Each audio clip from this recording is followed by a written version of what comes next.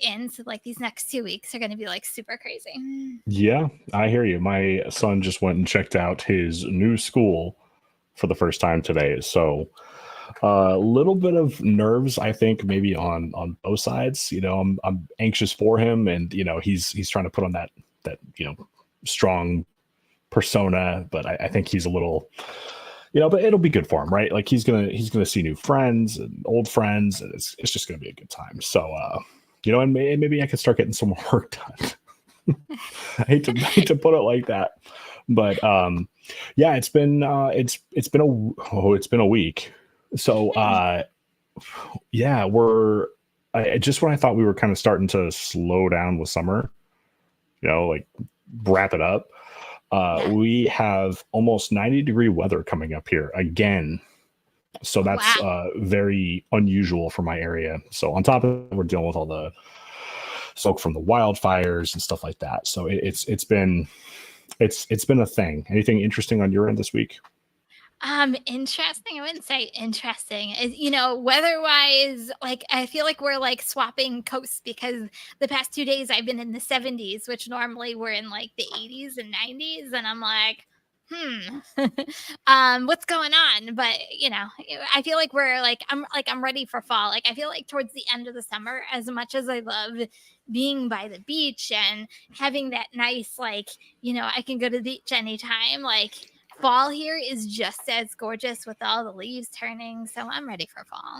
Yeah, that's fair. So I don't know. I hold on to summer as long as I can here because we have two seasons. We have summer and we have Prozac. So not too keen on 9 months of rain that we're about to get. But anyway, I digress. I'm very excited for this show. We have David Pickerell, the CEO of Para, joining us today. I'm stoked to chat with him about some really cool things that they're doing with the app moving forward. We're going to talk about a very creative way that some drivers are getting revenge against tip baiters. So that'll be an interesting conversation to see if you and I kind of agree on this one here, Kim. We're going to talk about a fiasco that DoorDash drivers had a couple of days ago that resulted in a lot of frustration and lost money. We're also going to discuss how some restaurants are getting fed up with specific Uber Eats customers. We're going to tell you what they're doing, and we're going to discuss if we think it's a problem as well. We're going to talk about goals, but kind of in a unique way, not like setting achievable goals, but it'll be fun. Stick around. And of course, we're going to wrap it up with the funnies. Kim, I am stoked to introduce our special guest. But before we do, can we put up the slide? Because we always forget the slide. We do always forget the slide. Yeah, absolutely. So let's go ahead and bring David from Para on and chat with him for a little bit. Absolutely. With further ado, hey, David, how are you? Hey, I'm great. Thanks for having me on. Every time I see it, the intro y'all have is pretty awesome. Thank you. I totally can't take credit for it. It's all that guy. Well, thank you. I'm pretty pleased with it myself. So we had a chance to meet David in Denver, and we had a great time. And I really enjoyed picking your brain about the Para app and how it works. So before we go any further, I wanted to make it known that both Kim and I on our own individual channels are sponsored by Para. We both do work with Para. However, on the RideShare Guy, that is not the case. So the opinions you're going to hear are our own, and we're not influenced by Para itself, but rather using the app. But which, by the way, as I say, I think the RideShare Guy does have in the description a way for you to sign up for Para, if I'm not mistaken. Oh, okay. So. That's right. Okay, yeah, cool. So there is a link in the description if you guys choose to check it out. But having said that, so Para is an app that I use every single time I drive. David, why don't you run us through what Para is, what the vision is, and what you guys have been doing? Yeah, so right now, really what we're trying to build is a place where you to really help people multi-app better, right, and put more dollars in your pockets. So I guess what that means right now is we have a place where you can get pings from multiple platforms in one feed. Uber Eats, Grubhub. We have a sort of a bit of DoorDash back. I could sort of say that a bit more publicly now, and you can sort of set auto decline filters there. So you don't want to take trips above a certain below a certain amount. You don't want to take trips from places you've flagged in the past. You don't want to take trips from a place that begin with McDonald's, basically. Like and it really is McDonald's. this idea of like, I don't.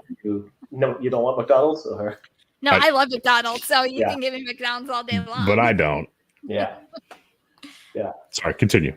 And then so it's this idea of like, hey, can we help you manage all your apps, like the major platforms you work on, easily in one place? But also at the end of it, I think what Para exists to do, and I think you said we'd talk over some of this, like sort of the story of how we all got here. Really, our goal is to sort of put dollars in drivers' pockets, right? So really, the way I view this sort of suite of tools is, manage your work easier and unlock more opportunities. And the reason that we have the sort of like auto decline and manage your work easier is our goal is to take your work profile and help you find other good opportunities. And I think really on the philosophy that the best way to get you to say no to bad trips is not just by asking you to say no out of the goodness of your heart, but is by finding you other good trips. I think we also have the philosophy, though, if we help you find other local opportunities, other local platforms, that does become overwhelming. So that's why I think the sort of two pillars of what we have there, but really the goal is dollars in pockets. So Para's focus is heavily on transparency, which I love. So Kim is in a DoorDash market, but I am in an Uber Eats market. And Para just works great with Uber Eats. So the filters that you were just talking about, those have been an absolute game changer. And I love the fact that I can see upfront addresses. So I live in a university town, and the intersections that Uber Eats shows are not always particularly accurate. So the fact that I can see a drop down with the entire delivery address, I avoid high schools that way, I avoid dorms, and I avoid the university. So it's incredible. And I love the fact that I can auto decline stuff like McDonald's. So sorry, Kim. No, it's okay. I personally love the filters behind it, because it's not just, you do $1 per mile or, very small. Like there's like a lot of filters you can really hone down on. The one thing I personally love, there's a specific area in my market that like I hate delivering to, and I love that in the filters you can actually like zone in on like that actual area and say nope, not gonna happen. And I absolutely love about that.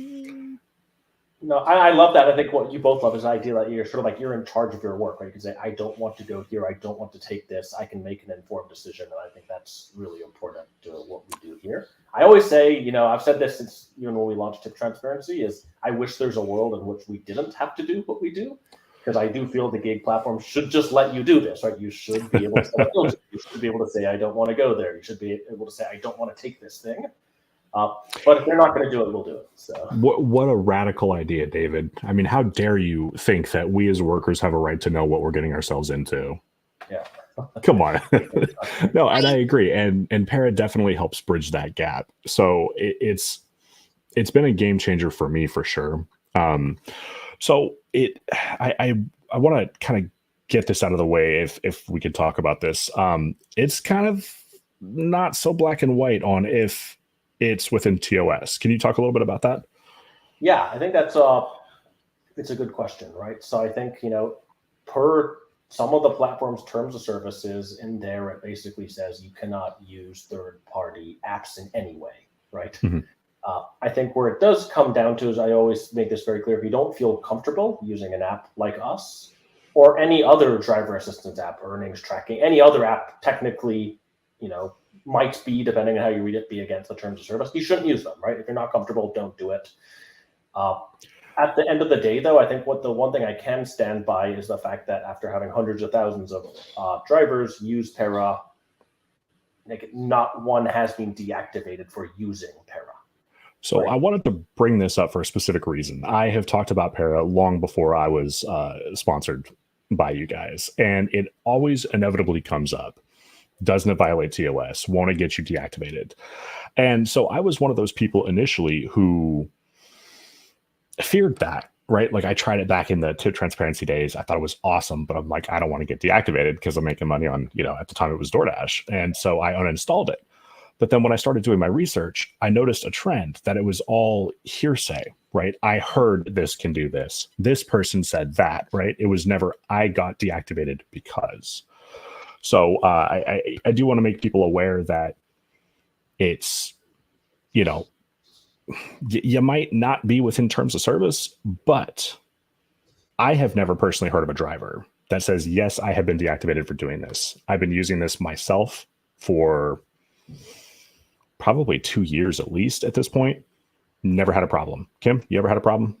No, I've been using it, God, for probably about that same amount of time, probably 2-3 years at this point. And no, I've never been deactivated from any platform whatsoever. But I know that's a fear of a lot of people. So I feel like, David, you coming on and kind of like reassuring, hey, no driver has ever been deactivated. I think like that's a very big misconception, at least from a lot what I get from comments. And I take that seriously, right? So we've had people say, hey, I've been deactivated, and I think it might be because of Para. Every single one of those we have looked into, and I'd say the vast majority end up getting reactivated. And I don't think it has to do with Para. I think we all know that random deactivations or sort of just happen basically. And I think that's what we've realized is, some people point the finger at us, and I think I take that seriously, right? I do think another thing though is like, why are we able to do it, or why are the platforms not gone and deactivated you for this? Is I think we're just really honoring what the platforms themselves say. Is platforms say you're an independent contractor, you should be able to use the tool you want to run your business. And I think that's why, to some extent, the platforms haven't gone after drivers for using this. I will admit that every time I say that it might be against the terms of service, our lawyer like rolls over in his bed, basically. Telling me not to say that ever, especially on video. But I will always say that publicly because I want to tell, I think I owe it to the people who are considering this to say, look, make it, in the name of transparency, make a considered choice, basically. For sure. And again, that's something I just want to get ahead of because it always seems to come up. And unfortunately, with the gig apps, there's kind of a lot of fear mongering to begin with. And that's been kind of perpetuated by people who talk about these things in public forums. And the fact of the matter is I mean, Kim and I collectively have talked to thousands, tens of thousands of drivers. Not once have I ever heard somebody say, I got deactivated for doing this. So there's one question in here that I wanted to answer real quick. And then I want to ask you about something new you guys are doing. So somebody had asked about Maximo and Para. Both are fantastic apps. So Para is free. I will say that. Yeah, I'm also sort of a big fan of sort of Gary, and a big fan of what Gary has built at Maximo. I think to some extent, especially if you're on Android, the Maximo experience is good. I think ours is ours works on both systems, but is mostly built for iOS. And I do think that they have different functionalities, right? So I do know that there's quite a few people that end up using both. So I do want to give sort of Gary and Maximo a shout out. Yeah, for sure. So what are you guys working on? Good question. So I think if you ask, we have something new that is in the process of coming out. But I think, if we rewind the last couple months, ParaWorks has really been sort of what a lot of the work has been going on. So what that is we're just finding other good local paying opportunities that pay better than usual, better than sort of the main gig apps, to put those opportunities in front of drivers. And if you rewound, call it 4 or 5 months ago, we weren't getting that many trips, but we're starting to see that increase in more and more trips. I think, especially in our time in Denver, it made me quite happy actually to have quite a few people come up and say that they've done a couple of these trips on ParaWorks. I think a lot of them are catering trips right now. That's sort of not the vast majority, but the majority of them are easy cater or other catering trips, which I think is a good thing, right? People are used to the DoorDash large order program. It's work people are already used to doing, and it pays well. But we do have a variety of other things, from sort of like, food delivery in stadiums to a whole bunch of other stuff. But really what we've done is try to say, how can we help you find, I think in the app, what you really see is, here's an opportunity. Do you want to take it? But really what we're doing behind the scenes is taking your profile, registering them with the partner, and assigning you to that task. So I think what it really is like, what can we do to make it as easy as possible for people to find and do good paying work, really? So I'm going to throw a curveball question at you here. So in order to access Paraworks, what sort of an acceptance rate do you need to have? So there isn't an acceptance rate threshold for Paraworks. Do you guys hide tips? We do not hide tips, no. You're And fully what is the transparent, average? right? We give as much information as possible. We've had cases, because these are local partners, we've had cases where drivers have flagged that the local partner hasn't been fully transparent. And in those cases, we've gone and told the partners that in order to work with them, they need to follow these. And we've also stopped working with local partners who haven't. So I'll be the first to admit that we haven't, like, not every opportunity has been perfect, but most of them have been, and we take it seriously. So something that I've noticed about you, we've had the chance to chat a few times online and then of course in person. You are very quick to take notes. Whenever you hear something that kind of gets the gears turning, you jot that down and you investigate it. So you guys are very good about chasing that stuff down. One more question for you. Steve loves to talk about this. So what is the average hourly pay on Paraworks currently? It's hard to do exactly hourly because I think a lot of these are sort of, call it 30 to 45 minute trips. Mm-hmm. But I think sort of, the average pay on, call it something that's 30 to 40 something minutes is around that 30-ish bucks. So the trips are decent. I mean, and it does come with a bit more work, right? It's sort of a lot of the time it is catering. So Mm-hmm. it is, you could be carrying a bunch of trays. You might have to go into an office. So it is a little bit more involved, but it is good work. That's like awesome. Mid-lockdown type of pay on Grubhub. Like you just don't see those numbers on like DoorDash and Uber Eats. Almost never. You don't see Grubhub at all anymore, right? Yeah, it's pretty rare. Yeah, right.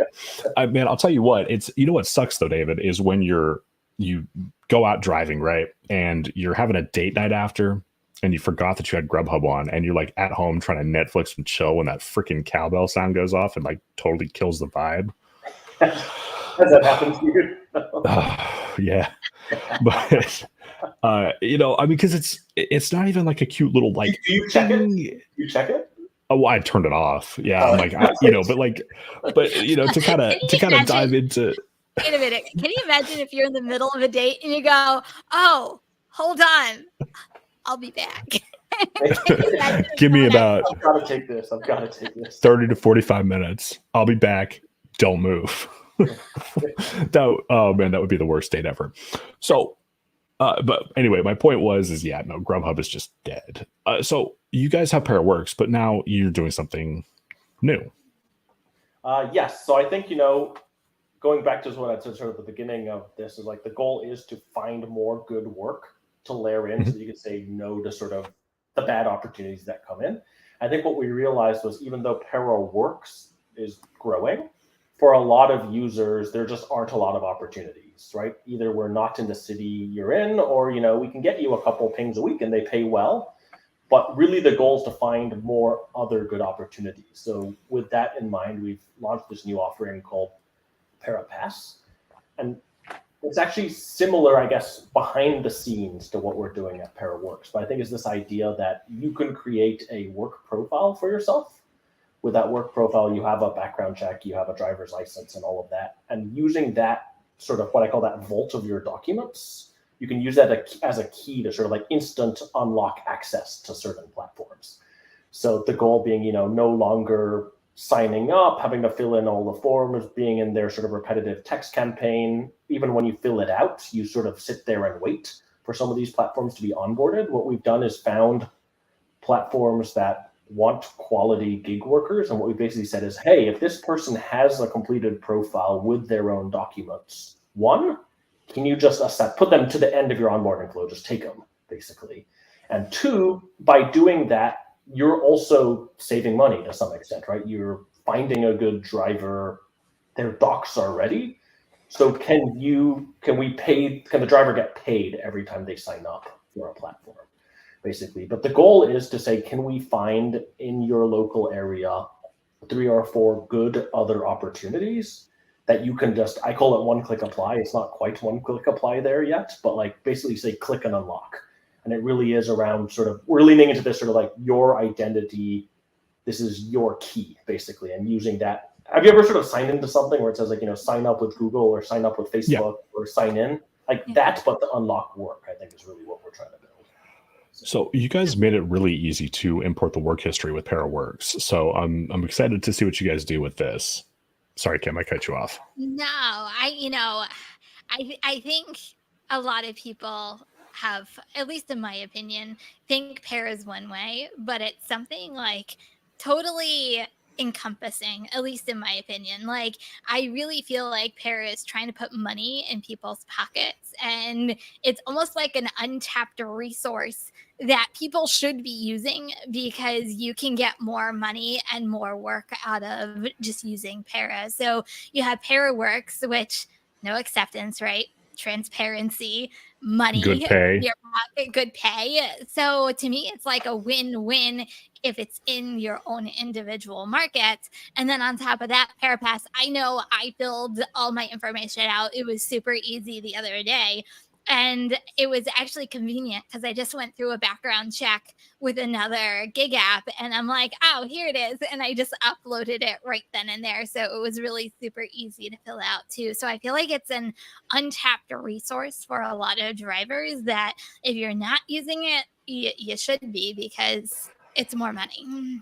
I know some people get confused. I think people are like, hey, just do tip transparency. We know you for tip transparency. Now you have Works, where's the earnings tracker, or like, and I think, Kim, thanks for sort of flagging that. I think at the end of the day, like we have that goal of dollars in pockets. If you can find good ways for people to get more good work and do it, we're going to try and do it, right? That doesn't mean like everything we do, I won't kill an idea or deprioritize something. But that's really sort of the goal and I guess the philosophy behind it. It really is more trips, dollars in pockets. And I think what's important to me for this profile is it's not just like a, hey, go sign up for some local opportunities. It's good local opportunities. They're going to be sort of curated. And to me, what's really important is you're in charge of your profile, right? So you can see which platforms you've unlocked with your profile. If you want to revoke access to those platforms, you should be able to revoke access from your profile to those platforms. You should be able to have that profile be public if you want, right? So we don't have that yet, but you should have a pretty page which shows this is your work history, this is what you're standing for, you're ready to work, and if somebody wants to book you directly, right? But for me, is this sort of like putting you in charge of like your profile, and people can book you or it can be a key, and that's where we're trying to go with that. So what I'm hearing... Sorry, go ahead. What I'm hearing is you're trying to move drivers more in the direction of an actual independent contractor, not this like quasi bastardized version that we see like DoorDash doing with their goofy programs and acceptance rates. Yeah, and it's sort of just more opportunities, more options for your time, and competition for your time is really, I guess, the simplest way to distill it. That's, sorry, go ahead, Kim. That's just really freaking cool. I love it. You took your words. I'm like, so it's an amazing concept. We'll actually be independent contractors with Para. I was like reading your mind. Not with Para. You'll be an independent contractor, and we just help you, give you the tools to do it, right? Like, yeah. So, what made you decide to start the app to begin with? That's a good question. I think there's like a long story and a short story. So whichever. So I think sort of I'll sort of merge them. This is like I guess at the beginning of the pandemic, this is sort of there's a bunch of sort of like misinformation out there. So I'm sure y'all might remember, but it's like, there's people saying, hey, you should apply for PPP and EIDL and all the programs, and you're not going to have to pay them all back. And, it was also the beginning of, it was a bit of a mess of like, are drivers covered by unemployment insurance? And if so, in each of the 50 states, it was very confusing. Some were like, apply, get rejected, and try again in 3 months. Some were like, don't apply at all. Some were like, apply and it will just sit in limbo for a couple months. And it was just sort of a mess. And I just sort of thought it would be cool to build a tool. It shouldn't be that hard to make an informed decision. So we can build a little calculator. You can answer 5 or 6 questions, and we can tell you based off of your work history how much each of the programs will pay you on what timeline. We're not going to tell you which one to choose. We'll just show you the information so you can make an informed decision. And from there, for each of the different 50 states, what exactly you have to do to go get the money. That's actually how I met Steve, because we had sort of built this tool and I put it out there on the internet, and this guy showed up in YouTube being like, "You're wrong, your data's wrong, everything's wrong, you're the worst," basically. And after 3 days of this guy telling me I'm wrong and I'm the worst, I was like, "Who is this guy?" And that's actually how I became friends with Steve. He was just even more on top of sort of keeping on top of the different states' regulations than I was. So it really started off as this sort of side project there. Yeah. And we just, put this tool out there. A couple thousand people used it, thought that was cool, and basically decided to say, what else can we do to build tools that help gig workers, basically. Yeah. So, and to avoid confusion for anybody who's listening, we're talking about Steve from RideShare Rodeo. He is a excellent resource for anything that is going on that could remotely be gig related. If you want to know something that's happening in the gig economy, he has the answer. So it started out basically as a tool to help drivers find money, and then it slowly evolved to what it is now. Yep, and I think what most people knew us for was sort of tip transparency, right? So I think sort of the same philosophy has always been true: make an informed decision, make a choice for yourself, and make money. But exactly what we've done to do that has changed. But I think, what we realized through that process is we started building an earnings tracker, right? An automatic earnings tracker. A lot of people had that, and we try to predict when you should work and how. But in the process of doing that, I think I realized that like the drivers we saw that were making the most money were multi-apping, right? So with that in mind, I thought, rather than helping people track their earnings, people care more about making money than tracking money or predicting money. So what can we do to help people maybe multi-app a bit better? Because I know, Zach, you're probably amazing. Kim, you're probably amazing. But multi-apping is hard, right? Like, juggling 3 or 4 apps while driving in the cobblestone in the rain in Seattle at night, right? While sort of like, swiping all the things, like it can be hard. So on our end, we just started looking at, okay, like what can we do to enable this multi-apping? And I think in the process of looking at integrating to different platforms, sort of discovered DoorDash tip transparency. And I guess for those on here who don't know what that is, I think we realized that DoorDash wasn't telling you what the full pay on a trip was when they sort of sent you an offer. And we realized that the answer was being sent to your phone anyways, and decided that this seemed like something that people should know. And we sort of released that, basically just thinking it would be a useful tool, and that sort of really took off. But I think there to some extent is like, that's what we became known for, but that I'm glad we provided that, but that was never the end goal, basically. It does so much. I mean, honestly, I just my own personal perspective. Kim, feel free to agree or disagree with me, but I think that once you've been driving for DoorDash for a while, you kind of start to get a pretty good idea on when there's a hidden tip, when there isn't, and you can kind of somewhat approximate how much is being hidden. So don't get me wrong, that was a fantastic feature, but what really gets me is on Uber, being able to see the addresses.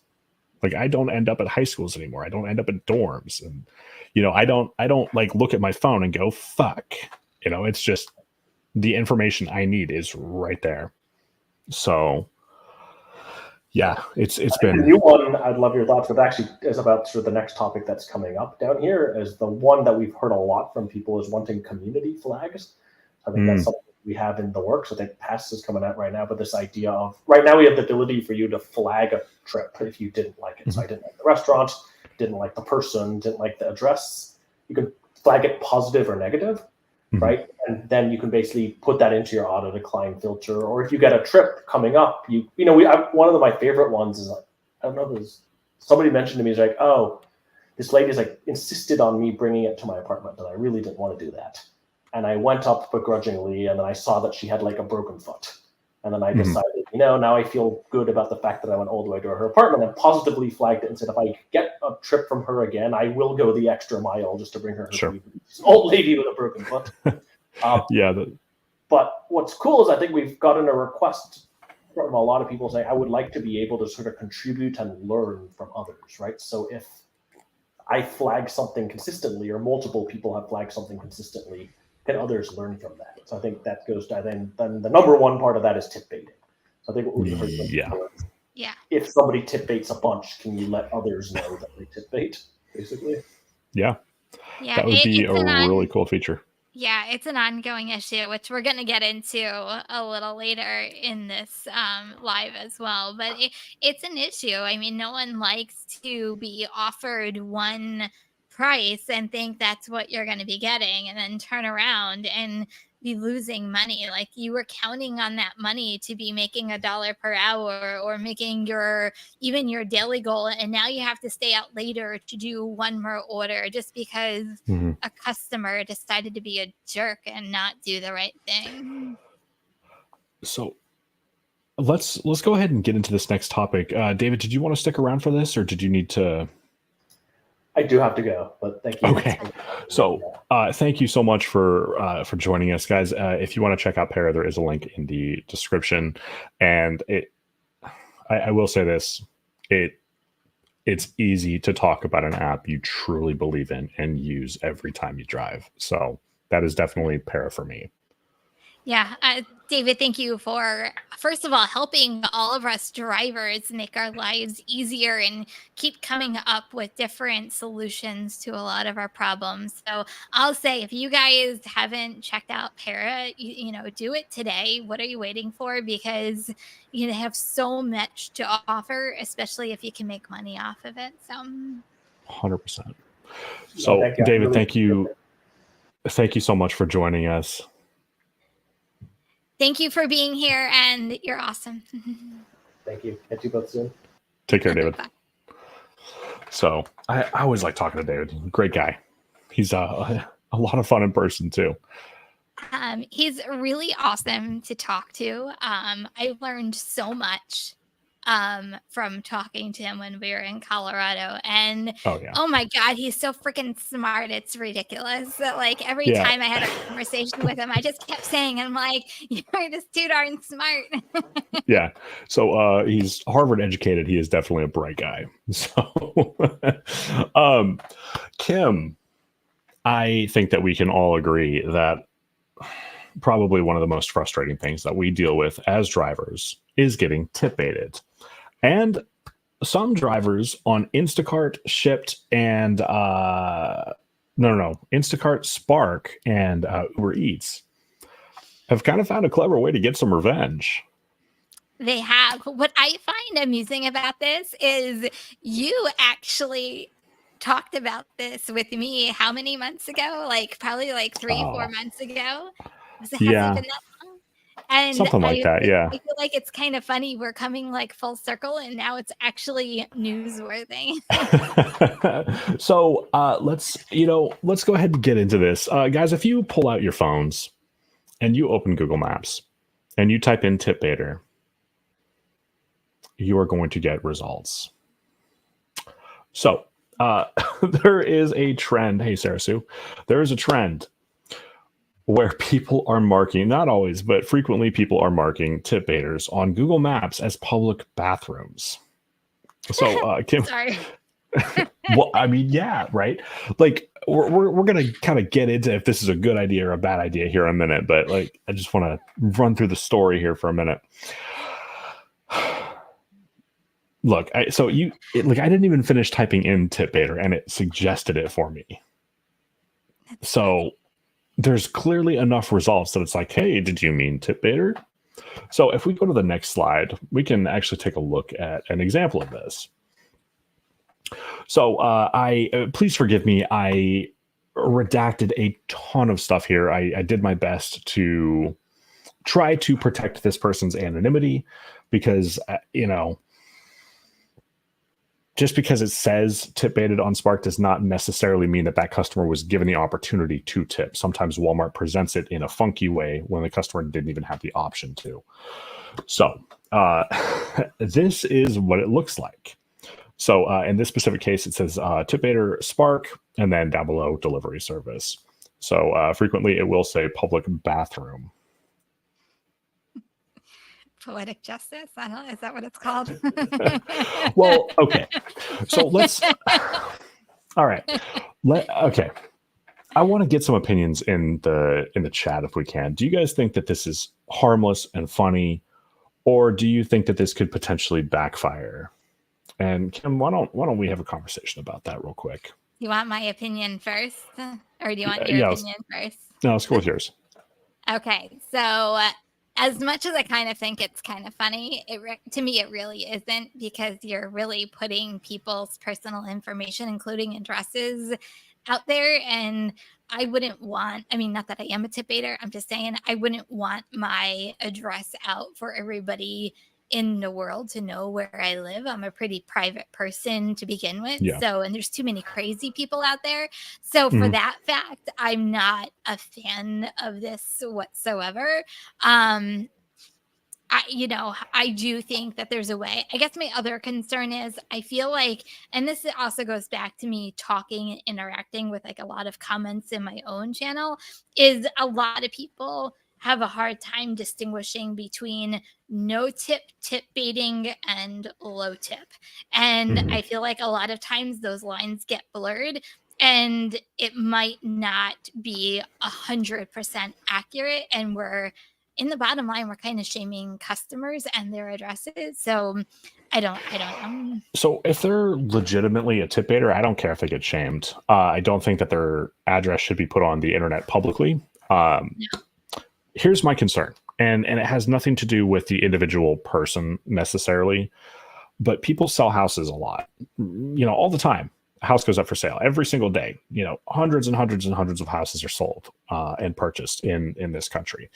So if you mark somebody as a tip baiter and somebody new moves into that house, that person might actually be a really good tipper, right? And they're just going to forever be known in that area as a tip baiter because people don't know that somebody new moved in there. Yeah. So I got to be honest, Kim. I tried a similar system myself during the lockdown times. I tried to drop pins on Waze to mark specific things. It was like trying to start like a grassroots movement, just like a local trend or whatever. And but unfortunately, Waze doesn't keep the pins long enough, so it was kind of a futile attempt. So hopefully David is listening to this.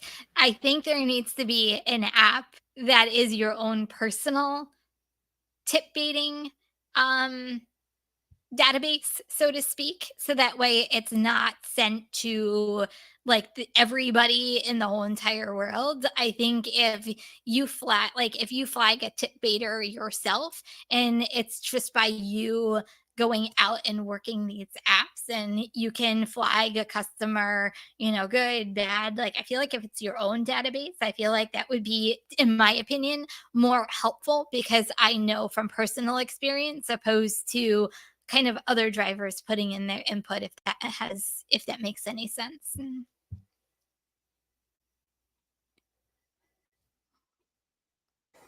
Sorry, didn't realize I was muted. I want to check and see if this works on Apple Maps. Let's see here. I never tried it on Apple Maps. Let's see here.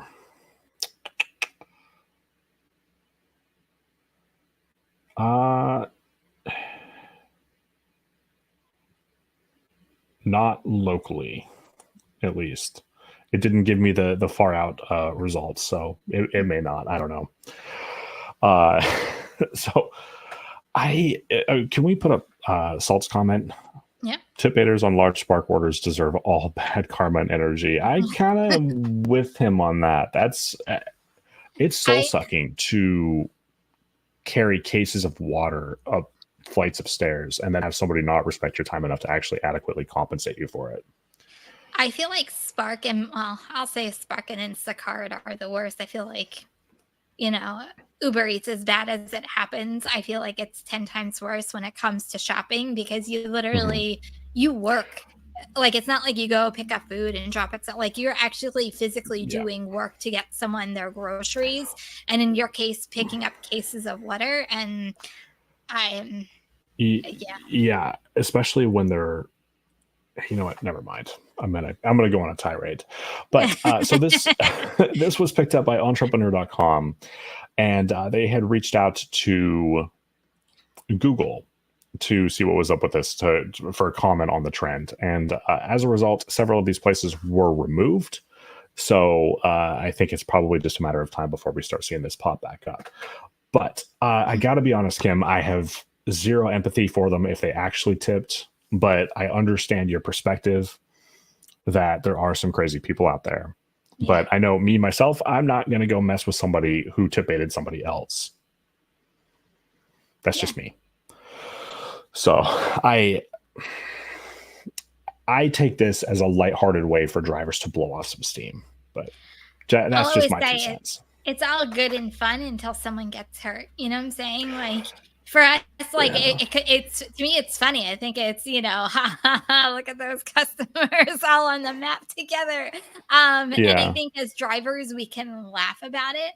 But and I think someone even said it in the comments, not today, but a while ago when we were talking about tip baiting, people should watch out because drivers know where you live. And, that to me is kind of scary all in itself. You got the wrong crazy driver out there. And we've seen some articles where drivers go a little unhinged, and I don't know. I think it could be a safety issue. I think it's, like I said, I think it's all good and fun if it stays good and fun, but someone could get hurt.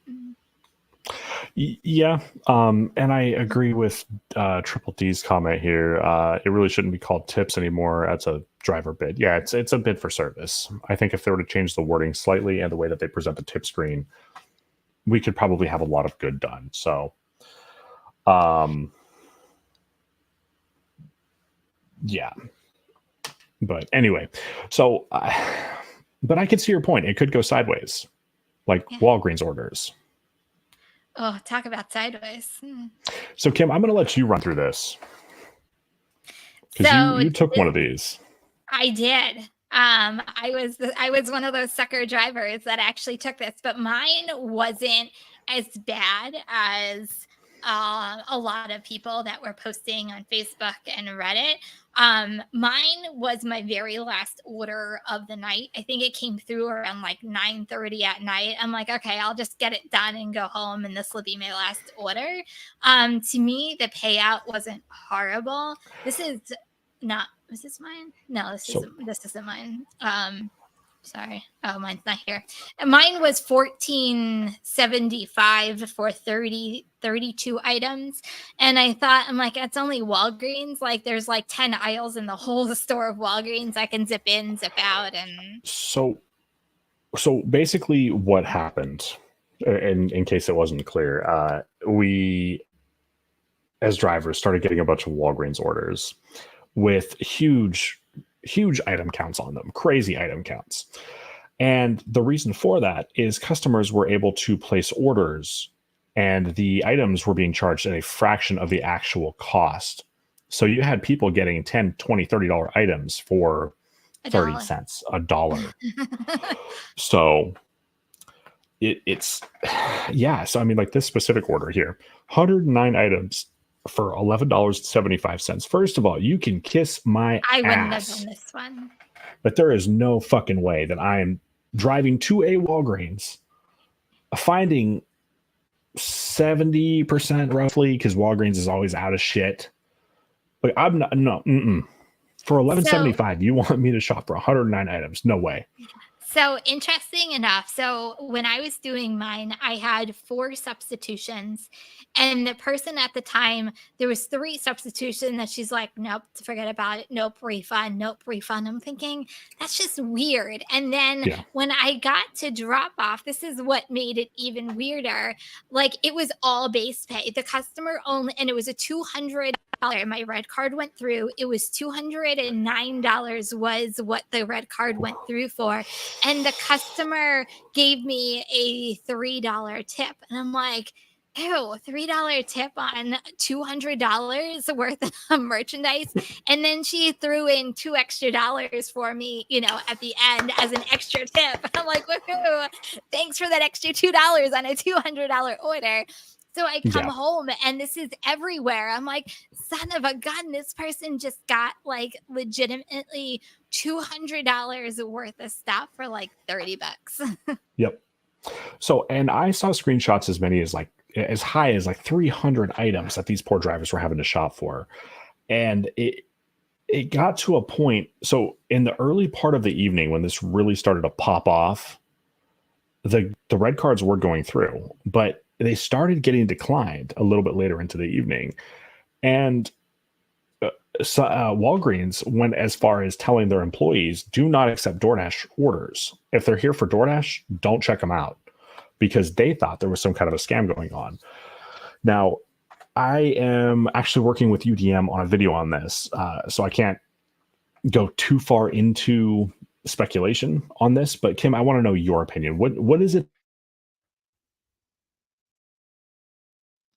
I think he just froze. Okay, so I'm going to take over. I think he was probably asking what is my perspective on this. I feel like we're always into conspiracy theories on DoorDash, so I'm not going to go into conspiracy theories, but I remember, and you guys are going to have to let me know in the chat if you guys remember this as well, that a couple of months ago, or maybe even a year ago, remember when they were doing on the DoorDash app and people were getting like tens and thousands of dollars worth of food for free because there was a glitch on the app that things were like $1 or even like $0, and it went like viral.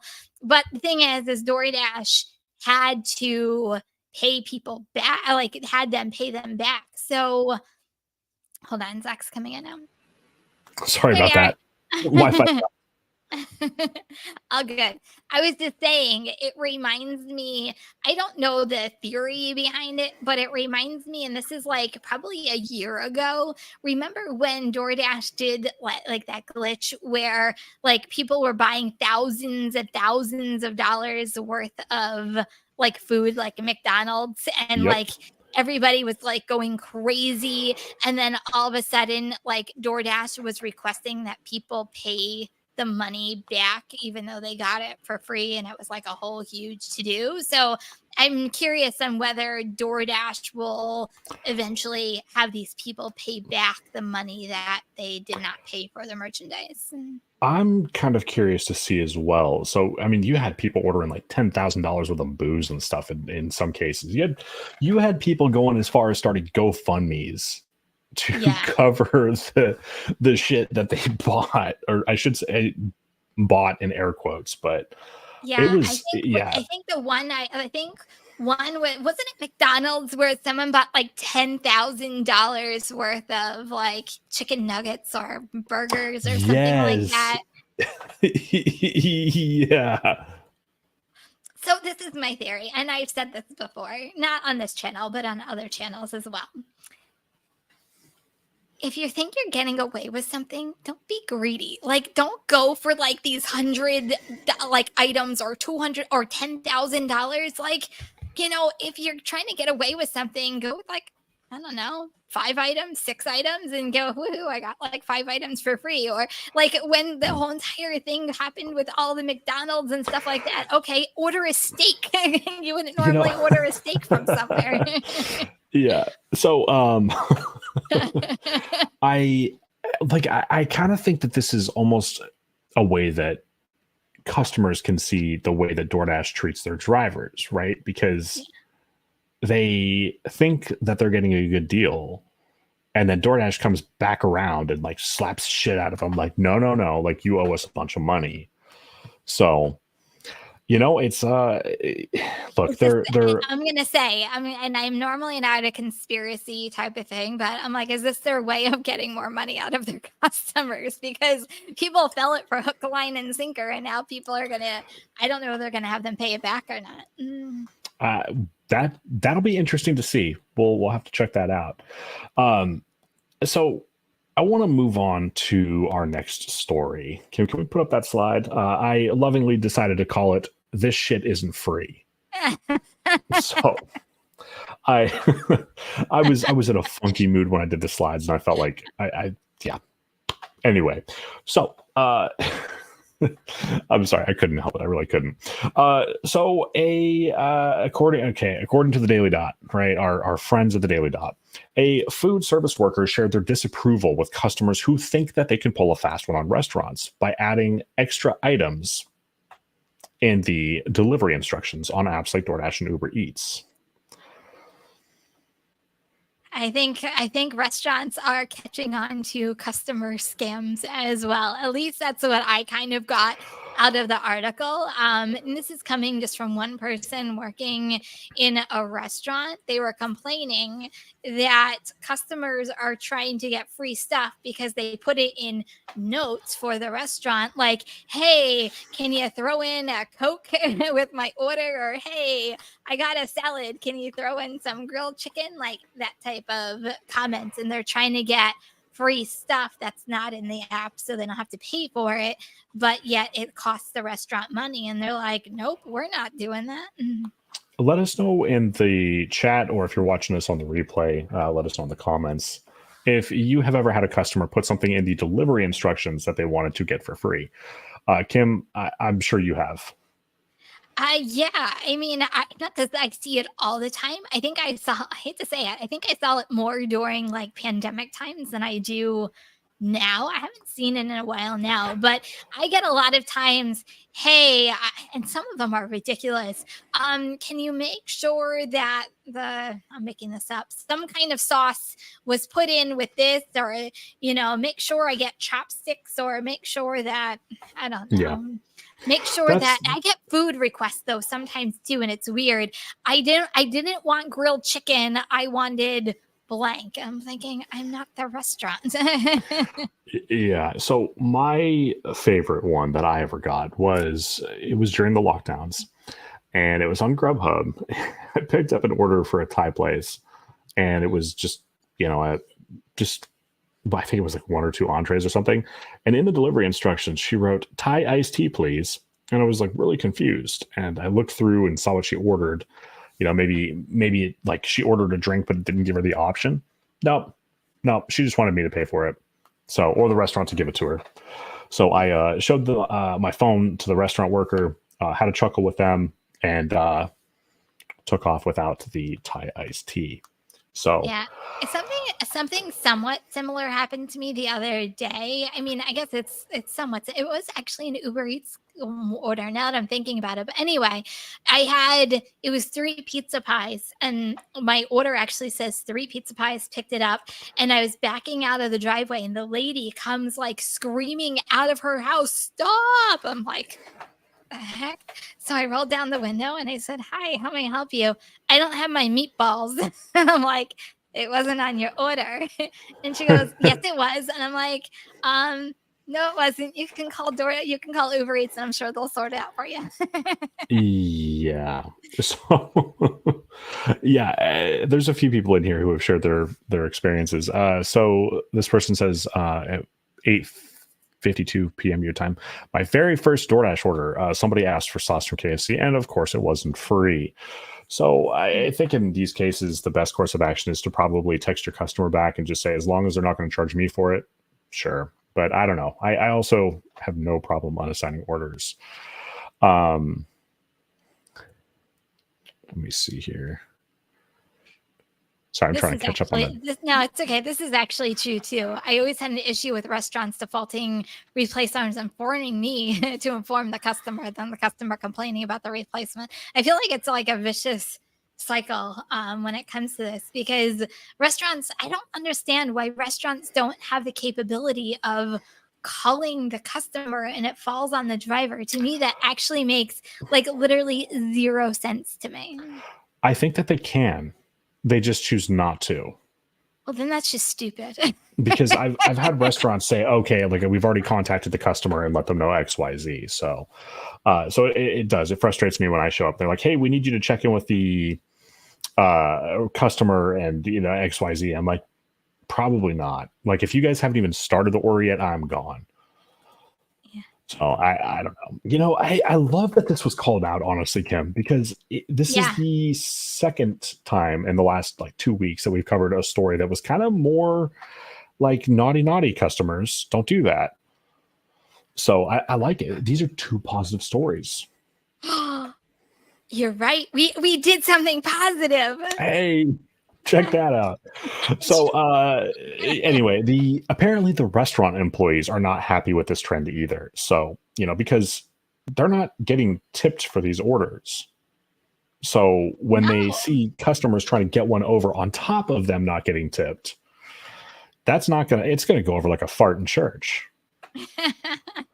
So, well, there is also, I uncovered a scam maybe a couple months ago, in my own area. And you guys are going to have to tell me if you've realized this, that there have been times where it could be DoorDash or even Uber Eats. They'll order like 2 items. And this happens a lot during lunch in my area when they're trying to order for a whole office. They'll order like 2 items and then they'll call the restaurant and say, hey, I forgot to put 4 items on the order, and then they'll ask the restaurant to have the driver come and then deliver, instead of 2 items, 6 items, and then they only tip you on the 2 items, and they only charge the delivery fee on 2 items, not 6 items. Yeah, that would piss me off. Yeah, I refuse to do it every time, just to make them even more upset. Yeah, I don't blame you. So sometimes the goal for the customer is to get stuff as cheap as possible, or even free, as is evident by the Walgreens thing, and the instructions. But we should have goals of our own. You saw it coming, didn't you? I'm like, oh, that was a good one. I'll give you credit on that one. So I call this goals. Why are we doing this? And guys, if you're comfortable doing so, just share 1 sentence in the chat or in the replay. Kim, I'm gonna put you on the spot here, and I want you to go first here. Why are you doing this? I am doing that. Well, I feel like I have a long story, but I started doing this part-time to open up a Robinhood account for my daughter. My daughter was 2 at the time, I think, or maybe 1 when I started this. And like, college is really expensive. I'm going to go out and everything that I make, I'm going to put into a Robinhood account. I'm going to buy dividends so that way I get a return back. And I'm like, this is going to be my daughter's college account. That's how it started. And now years later, I'm full time. So now it is really all about, for me, it's really about my family and providing the best I possibly can for my own family. So I feel like a lot of times we talk like a lot of like full-time talk. I feel like sometimes we don't talk part-time work. And, I feel like these gig apps are like tailor-made for someone who wants to buy a car, who wants to put extra money aside for their college education. There's so many things that people do gig work. And I think it's super important that we actually talk about it. Yeah.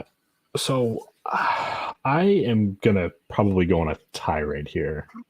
So there are those within the community who think that this should be a stepping stone, and and that's fine. That's a valid thought process and a valid opinion, but I don't necessarily share the same viewpoint.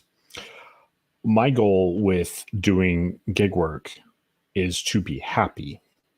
If I can comfortably pay my bills and not have a boss breathing down my neck and have the freedom to work when and how I want, I'm fine. This isn't necessarily a stepping stone for me. Like, I am comfortable doing this type of work as long as those, aforementioned criteria are being met. I'm comfortable doing this for the next 30 years because I make decent money, and my stress level went from here to like below the camera visible area. So I had a supervisor that I couldn't stand at my last W-2 job.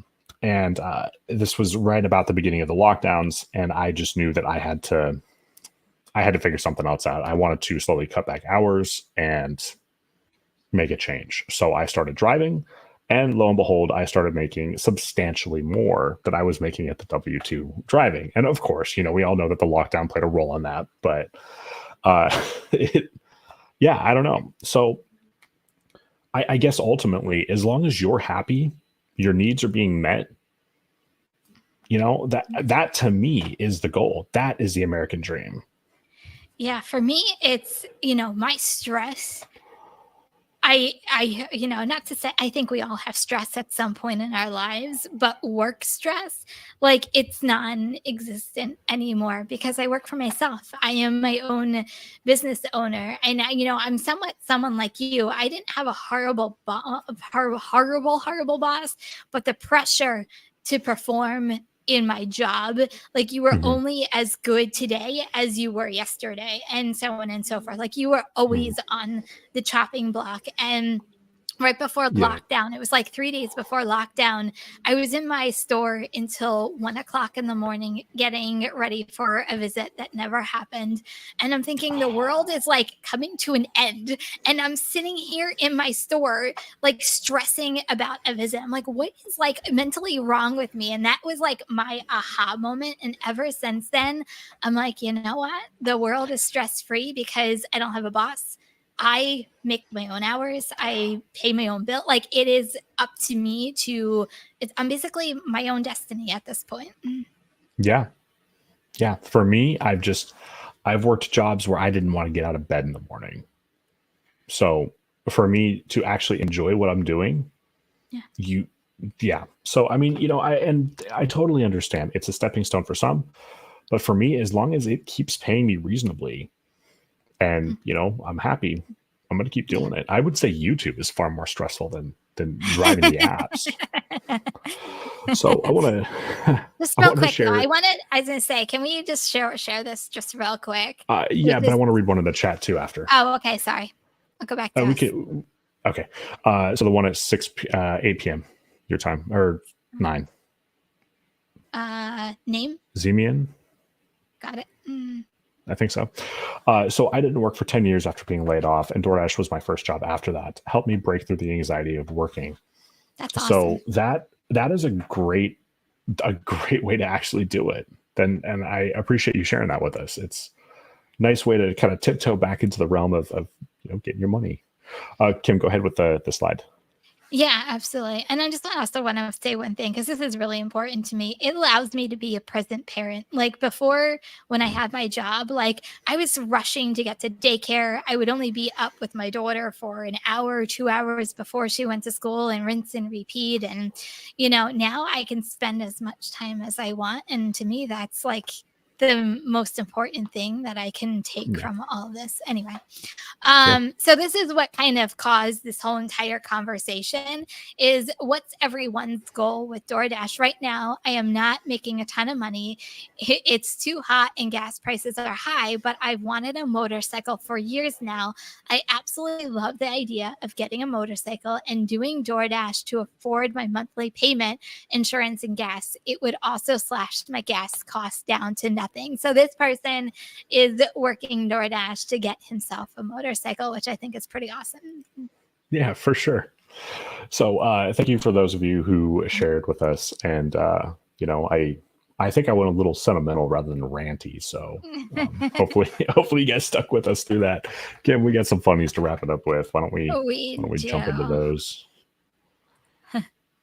So for those of you listening as opposed to watching, it's a picture of a McDonald's with a Dairy Queen truck outside. It says they finally called a professional to fix the ice cream machine. So be truthful, how often ice cream machines go down in McDonald's? I feel like mine's once a week.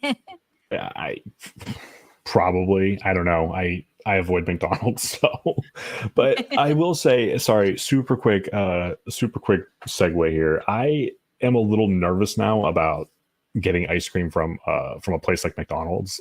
There was a story that happened in Tacoma where unfortunately 3 people died of like listeria or something because the machine wasn't properly cleaned.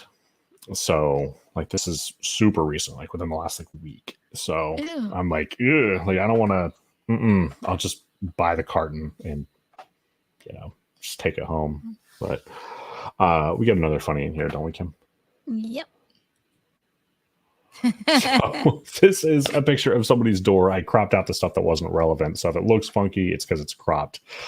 They wrote with a marker on their door from the looks of it. It says, "Do not knock on my door." My is underlined. "Mind your business. Thank you." Smiley face. "Smile. You're on camera." Smiley face. So, what would you think if you walked up to this?